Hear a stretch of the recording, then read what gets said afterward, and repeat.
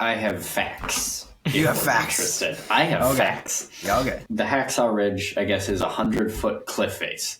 Mm-hmm. I don't know if it looked like that in the movie to you. It looked tall to me.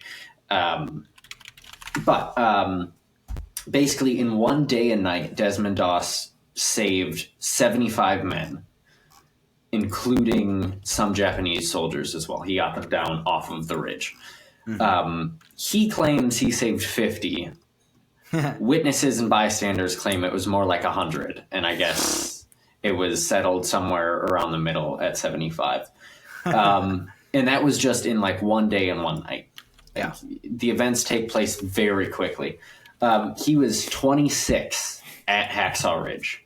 So when that happened, he was age 26. Yeah. Over 3 weeks of service that included Hacksaw Ridge, he saved roughly 300 men. Wow. He was, as you saw at the end of the movie, he was awarded a Medal of Honor. And part of the Medal of Honor was actually when he got blown up by the grenade. What they didn't show in the movie is when he got blown up, and this is coming straight from the Medal of Honor website and his entry with it, rather than call another aid man from cover, he cared for his own injuries and waited 5 hours before litter bearers reached him and started carrying him to cover. The trio was caught in an enemy tank attack, and Private First Class Doss, seeing a more critically wounded man nearby, crawled off of the litter and directed the bearers to give their attention to the other man. Awaiting the litter, he was struck again, this time suffering a compound fracture of one arm. With magnificent fortitude, he bound a rifle stock to his shattered arm as a splint and crawled 300 yards over rough terrain.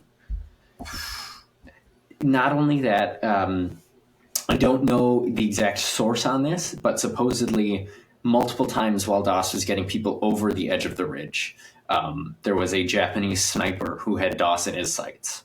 And every single time he attempted to shoot Doss, his gun jammed. Oh my gosh. Coincidence? I think not. It's literally a God thing. Okay. There's no other way to describe it. I'm going to plug something here. Go for it. It's for the movie that, I guess I haven't worked on the movie, but I've been working for the company who is making the movie. Coming out on June 9th is The American Miracle. It is about not the same thing. It's about the beginning of the country, beginning of the United States, with telling the story of George Washington. And basically the same thing happening to him. Like, they tell the story of an Indian chief who had multiple of his braves shooting guns directly at Washington and just somehow missing. And, there's, he gets pegged in the Bible that's in his chest pocket and stuff like that. Like, all those things that just seem to defy coincidence. And the point of the movie is it's not coincidence. We believe that it was God. And I don't think that it's a stretch to say that was happening to Desmond Doss as well. Like, he showed all this faith, and it's well placed. It's definitely worth its weight in gold. Like, it's not that he expected to get anything out of it. He was just doing his diligence, and again, putting others before himself, and God protected him through that. Not only is it well placed, but I think the movie honestly does a great job of showing it. Just in my head, like, that it's not his strength. Mm-hmm. Like, there's multiple cuts where they show his hands, and they are bloodied from the rope. And, like, he doesn't have the strength to go on. But every time he gets to that ledge, he lowers the guy down. And like you said, he goes, just one more, Lord. Just give me one more. Mm-hmm. And it's like, strength comes from nowhere. And he's able to go find another one and bring that guy back.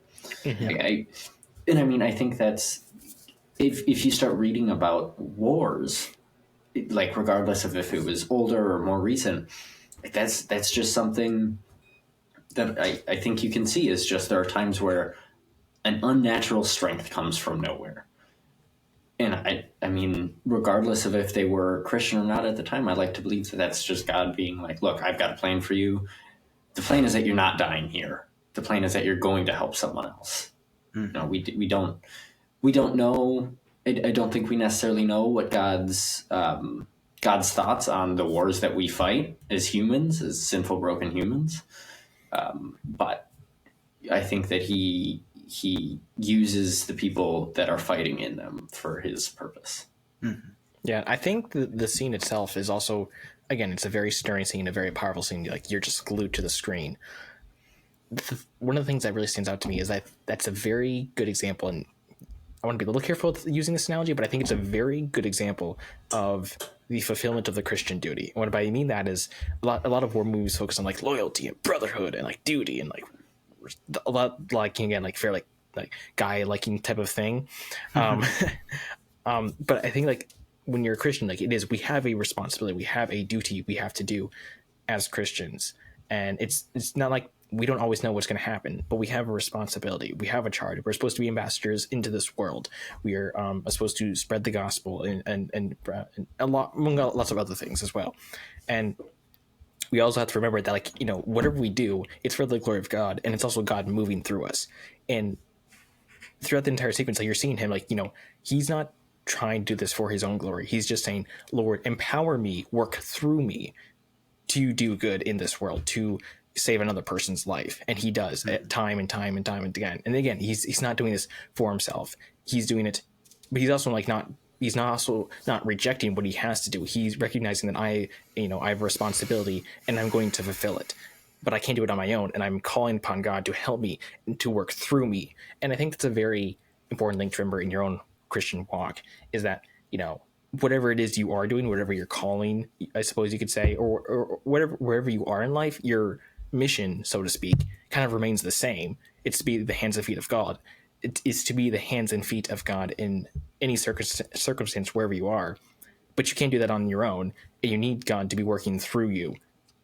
Even if you don't know what is going to be the ultimate end, even if it doesn't seem like there is being much done, that you still have a responsibility, and you have to accept that. But you also have to accept, like, you know, it's not a you thing, it's a God thing, and he's working through you.